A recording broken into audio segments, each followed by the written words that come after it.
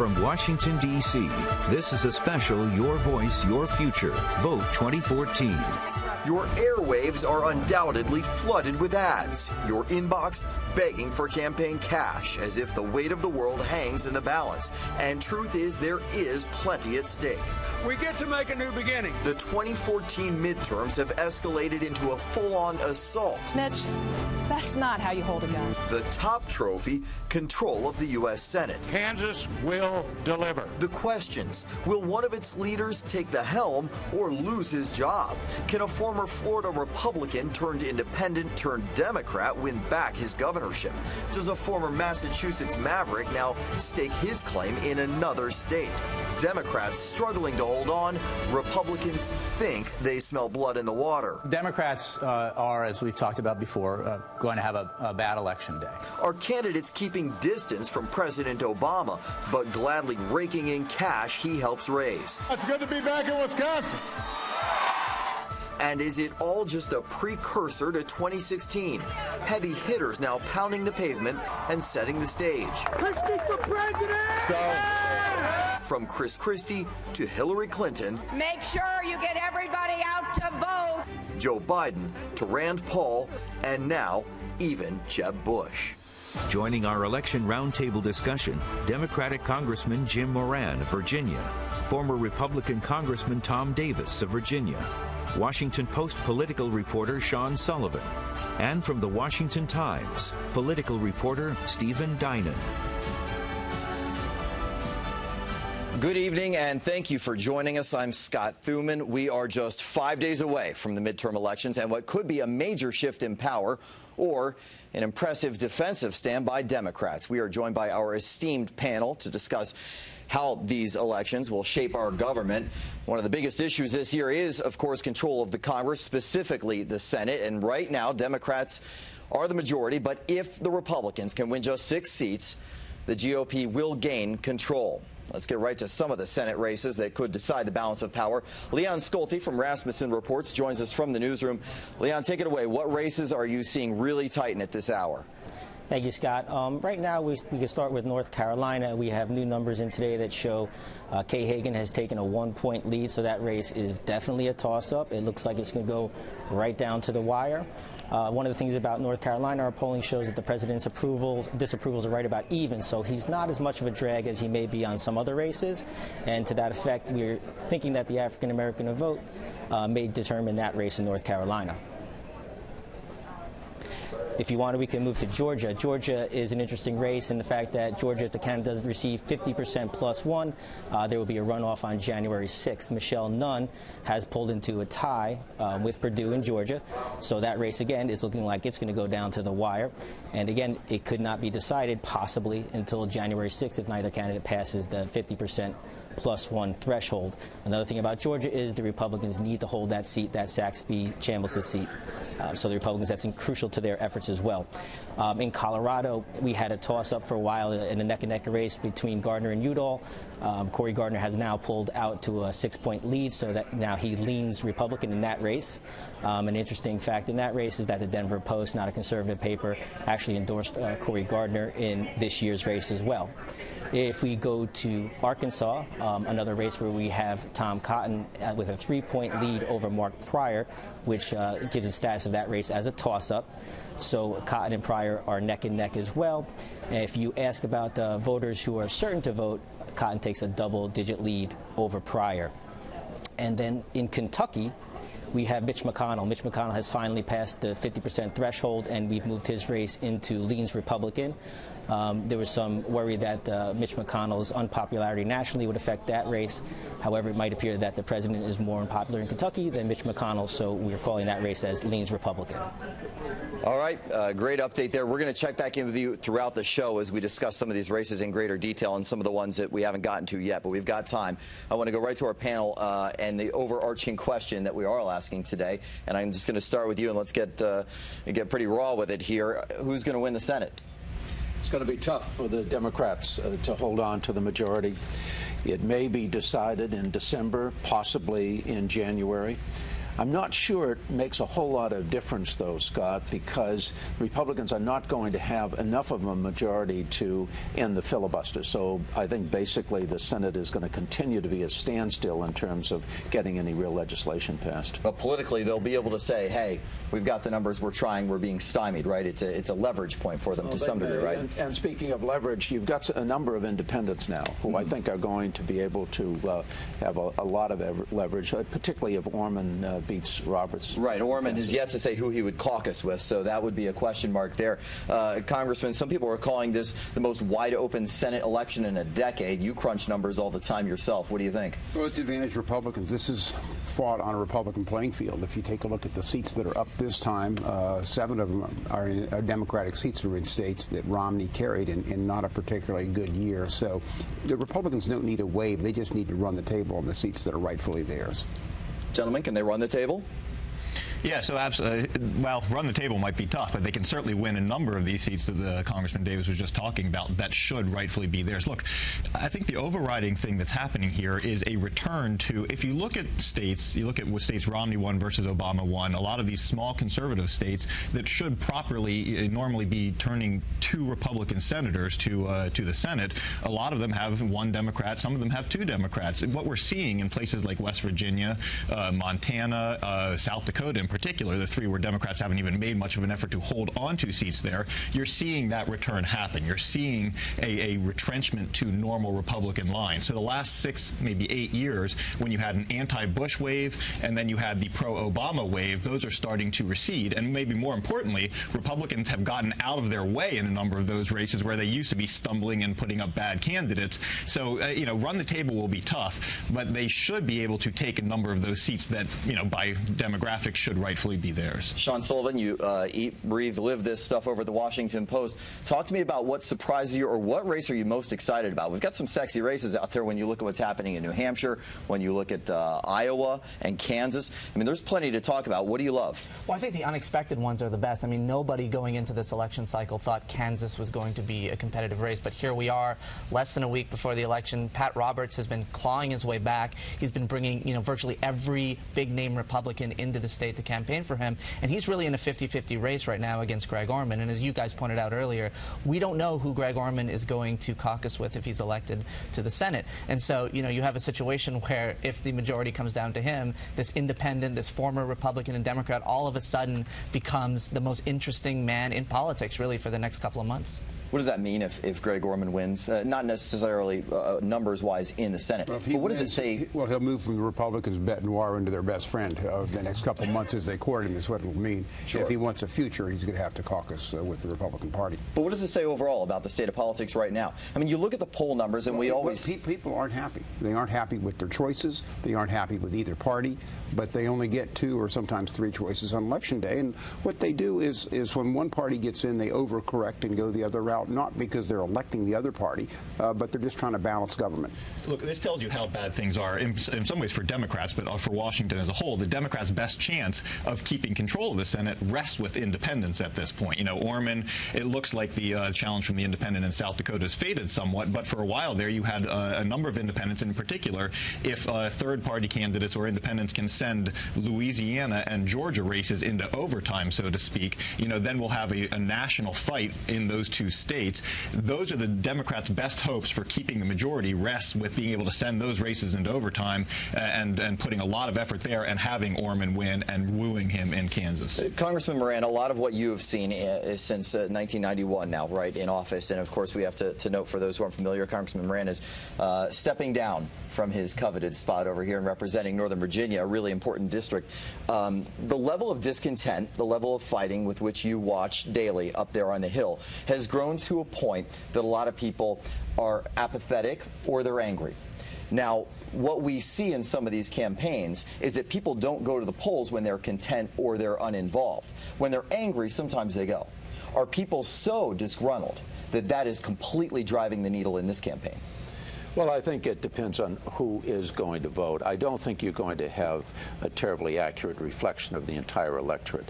You know, when the Founding Fathers established the country, it was only white guys that own 25 acres or more of land who voted. They still tend to be the ones who vote in off-year elections disproportionately. I think it's going to be very difficult for the Democrats to get enough women, particularly single women, out voting, let alone minorities, and you probably see even fewer young people voting. And so that's the principal Democratic stronghold. I have to say that the Democrats have raised a lot of money. They may be able to have a decent get out the vote, but it's really about who votes, and I think that probably favors the Republicans. It certainly has historically in off-year elections. Yeah, mid-years are always about the president and their level of popularity. The only 3 times in the last 150 years has the president's party picked up seats in the House. If you look at the presidential popularity in those years, they were off the chart. President Obama, I saw in one poll, is down to 39%. That's just not a good portend for a mid-year election climate, and it's the angrier people, the people that are upset with the status quo, upset with the president. And that's 51%, the people who are angry or who disapprove of his work right now. And, of course, Congress also with a tough disapproval rating. We see that all the time. We've got that up on the screen for you. Look at the governor's races. So you're having some Republican governors in real trouble, and Democratic incumbents in trouble. Again, looking at that public. And that's a barometer, isn't it? Correct. But also what I think is a fascinating barometer, and let's go back in time just a tiny bit here, because I think that it kind of portends what we're going to see perhaps on Tuesday is what happened with Eric Cantor's seat. I don't think there was any bigger surprise in the world of politics this year than Eric Cantor losing that seat. Now we've got 2 professors on a college campus duking it out, neither with political experience. One of them is going to take a seat that was once one of the most coveted out there. Of course, you lose that seat in leadership. But what does that say when you have Jack Trammell and Dave Bratt going at it and debating on a college campus for their 1,300 students? Well, basically, it's a vote for none of the above when you have 2 unknowns, college professors that have been sort of disengaged up till now. I'll tell you a little story. We were getting a briefing from the military on Afghanistan, and they were reassuring us the Taliban can't take control of the country. They're only at about 16-17% approval rating, and we would say, oh, well, that's a relief. And then it occurred to all of us, hey, wait a minute, that's a whole lot better than we are. We'd give anything. 14% was eclipsed by the Taliban. Well, exactly, and we'd do anything to be up to 39% where the president is. So I don't think it's just the president. I do think there's a disaffection throughout the country for government generally. Do we agree? Is the House at all in jeoperdy or no? No. Not at all. No one. I mean, think of the way that you have the 3 different governorships and then your 2 houses of Congress. The governorships are the ones where Democrats have the best chance to maybe even make gains, at the very least hold their own. That's an area where they're running independently of President Obama's record. You take the House, not much has happened in the last 2 years, maybe the last 4 years, 6 years. Well, I guess you would give Obamacare in the first 2 years when President Obama had to ever control. Since I left. Right. Ever since Congressman Davis decided to get out. Nothing's happened. If you look at the last 4 years, there's not much record for either the Senate or the House to run on. So essentially, they're running in the environment that President Obama created for them, which is why Democrats are suffering there. Each of the executives, the chief executives, the governors, they have an independent record to run on, and that's why you're actually seeing competitive races. You're seeing places where Democratic strongholds like Illinois, where the Democratic governor's in trouble, and you're seeing Republican strongholds like Kansas, where the Republican governor's in trouble because they have independent records. It would be nice to see Congress create a record to actually take to voters next time around. Sean, they were talking about possibly 63 seats in the House in 2010 were gained by the GOP. We probably won't see that number this time around, but does any significant gain by the GOP in the House mean anything? Not really in terms of the legislation, but part of the reason we're not going to see those kind of gains is because Republicans were so successful last time, and there aren't really as many battlegrounds, as many swing districts for them to make gains. Right now, when you talk to Republican and Democratic strategists, they sort of generally agree that Republicans are on pace to gain anywhere from 5 to 12 seats. The head of the Republicans' campaign arm has said, look, we want to get to 245. At the end of the day, Republicans are going to have their majority in the House. They're going to continue to hold it. Really, what matters is the Senate, and that's why we're seeing all the focus and really all the money head toward those Senate races. It should be said, though, Scott, that there will be some change, I think, within the Republican caucus, because there are going to be more Tea Party, anti-government type members representing the Republican Party. So I do think you'll see a shift in priorities within the caucus. I'm not sure you're going to see a whole lot of change in the total numbers. I think you'll probably see 1 or 2 African-American Republicans in the House caucus this time, 1 or 2 openly gay Republican members of the caucus. I think slowly it's diversifying. The face of the party changing. And let me just say, 2010, the districts aren't the same as they were in 2010 because you went through redistricting. But what the Republicans use their opportunity in redistricting is to strengthen their weak seats. And you're right. There just aren't that many seats that are on the table anymore. In the most competitive year you could think of now, you're going to have less than 20% of the House seats are in jeopardy for both parties combined. Congressman Moran, you mentioned the Tea Party, and I want to bring up, as we get ready to go back to Leon Schulte from Rasmussen Reports in the newsroom here, the Tea Party, at least one faction of the Tea Party, finally coming out and endorsing Pat Roberts in Kansas, because they felt that it was time to step up in that race. They're greatly concerned they could lose that, and they said anything's better than a Democrat, even though they had bashed him quite handily in the primary, saying he didn't represent them and he was lost to Washington ways. Leon, what do we see out of Kansas that you think is interesting? Well, you hit it on the head. Pat Roberts came out of the primary bloodied up by a Tea Party challenger. And what we see nationally is when we poll Republican voters, about 2/3 of Republican voters don't believe that the Republican Party represents their values, and they believe that their congressman is out of touch with them. The problem for the Republicans is about 1/3 of them think that their congressman is too liberal, and another 1/3 thinks their congressman is too conservative. So I think what we're seeing in Pat Roberts is that problem within the Republican Party. He is closing the gap. As somebody said, they're bringing in some of the big hitters from the party, but right now Pat Roberts is only getting 66% of the vote amongst Republican voters, and Greg Orman is getting about 31%. So there's not necessarily the allegiance from your constituents just because you have the R or the D in front of your name anymore. But have a controversial governor's race there, where the Republican governor is in jeopardy. That's what I was just going to say. Let's go to Florida. He did, but in Kansas, the Republican did a purge of moderate Republicans that didn't support his tax policy. So you have a revolt within the party that is certainly going to hurt the governor's race, and it seems to be carrying on some collateral damage in the Senate race. Okay, one of the most entertaining governor's races out there is in the Sunshine State, and of course politics are never dull in Florida. There's always some sort of problem, whether it be a hanging Chad or beyond that. Rick Scott trying to hold on against Charlie Crist, who was a Republican governor, turned independent, now turned Democrat.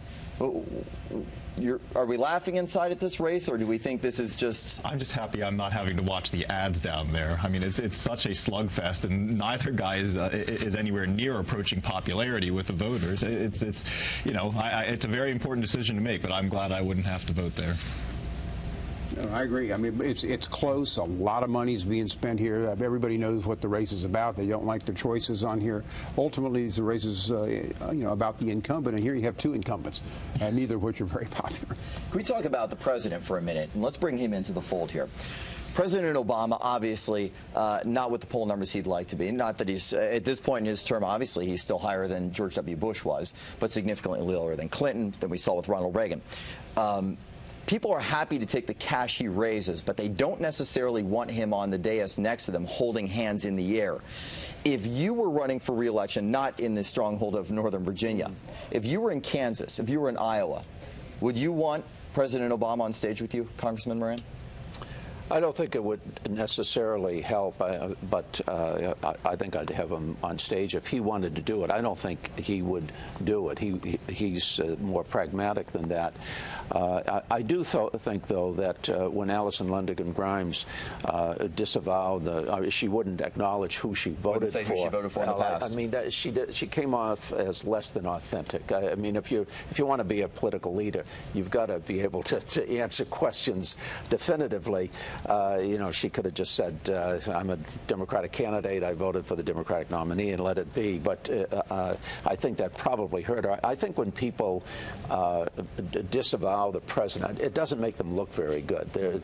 I think in Georgia, though, Michelle Nunn, I think, is going to have a real good chance of winning that seat. Of course, her father ran when George McGovern was at the top of for the ticket, lost by 50 points, but her father won as a Democratic Senate candidate. So some of this association with the president, it doesn't matter as much if you're a strong, authentic candidate. People feel they know you. You know, I don't want to belabor this, but Tip O'Neill, obviously, there was a lot of truth when he said all politics is local, but basically all politics is personal.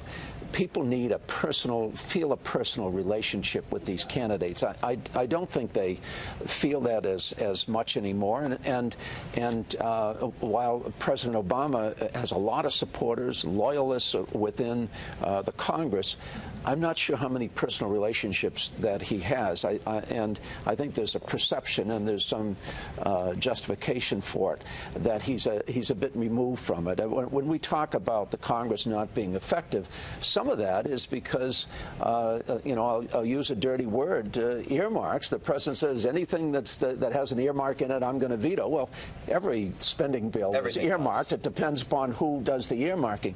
But when he does those things that are not helpful to the Congress, I mean, President Lincoln couldn't have gotten emancipation through if he wasn't able to do some trading. And so there is a sense that the president is a little disengaged with the Congress, and I'm not sure how much of a personal relationship they feel towards him vis-a-vis somebody like Bill Clinton, for example. Congressman, talk about another race we're going to be watching very closely on Tuesday night. That's the Louisiana Senate race. It's another one that we couldn't end up not knowing. No, that'll go into overtime. We're going to go to a runoff on that, and then that's what, December 6th. Landrieu has won 2 overtimes before, but I think it's different this time. Those were Why is this one different? Well, I think they're going to have turnout problems, and you're going to find out that the other people on the ticket are more conservative than the Republican nominee. So when you put it all together, it's going to be a tough December election for her. I know she would like to win it the first time out. I think the same in Georgia. I think Democrats have a harder time in this environment getting their votes out.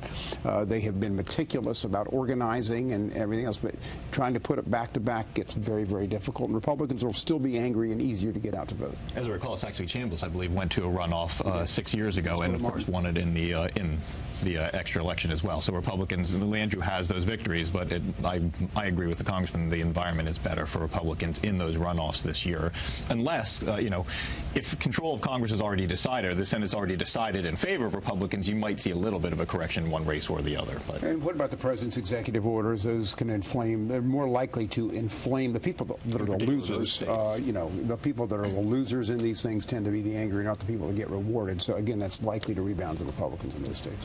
What about, let's talk about, and we'll bring in Leon Schulte again in a second here from Rasmussen Reports. What about New Hampshire? I think New Hampshire is a fascinating race. You've got Scott Brown. Of course, he has that very short special election term after the death of Ted Kennedy. He very quickly gets ousted by a liberal voting base. It's a tough state to poll because you have same-day registration, and so many times they have missed it. But I think what is going on up there is you're seeing the same national trend we're seeing, is that you have a more generic Republican ballot, and that seems to be affecting it. That works in his favor, though, doesn't it? Yeah, I mean, I think like only a third of New Hampshire voters were born in New Hampshire now. These are very transient states. It's not like it used to be, and Scott Brown may be able to. It's a purple state, and there are a lot of people living in New Hampshire because it has lower taxes than Massachusetts does, but they're really Bay Staters, and so it's not that big a deal that he's running in another state because there are so many people that lived in Massachusetts that have moved to New Hampshire. But Shaheen's tried to nail him on essentially being a reverse carpetbagger, right? I mean, isn't this kind of the but when half the state are carpetbaggers, this is an example of a race, I think, where the president really is dragging down the incumbent. Jeanne Shaheen is somebody who has natural popularity. She was governor. People generally like her, but as her numbers have fallen, what we've seen is Obama's numbers have really fallen in New Hampshire. And Scott Brown, as much as any Republican candidate in the country right now, his entire campaign is based on pointing to the times that Shaheen voted for the Obama agenda and tethering her to the president. And that's how he's been able to pull to almost within even right now, after being down 5 points a few months ago. Well, then let's ask Leon Schulte down in the newsroom with Rasmussen Reports what we're seeing number-wise out of New Hampshire. Leon?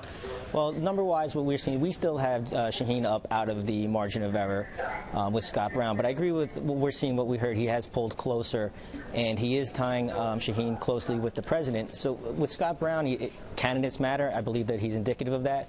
And you hear a lot of talk that he's a strong closer. So if there's enough time, and if you believe Scott Brown is the Mariano Rivera of political candidates, there is time for him. But that remains to be seen. All right, sports analogies always helpful in this scenario. Let's talk one more governor's race, because those sometimes are a litmus test for what's happening around the nation. But Texas is always its own entity. It's a good race going on down there, isn't it? Anyone want to jump in on that? Yeah, it is. You know, Wendy Davis, the Democratic nominee, got a lot of attention early on in this election cycle. But really, this is still a very Republican state, and Greg Abbott from day one has really been the favorite in this race.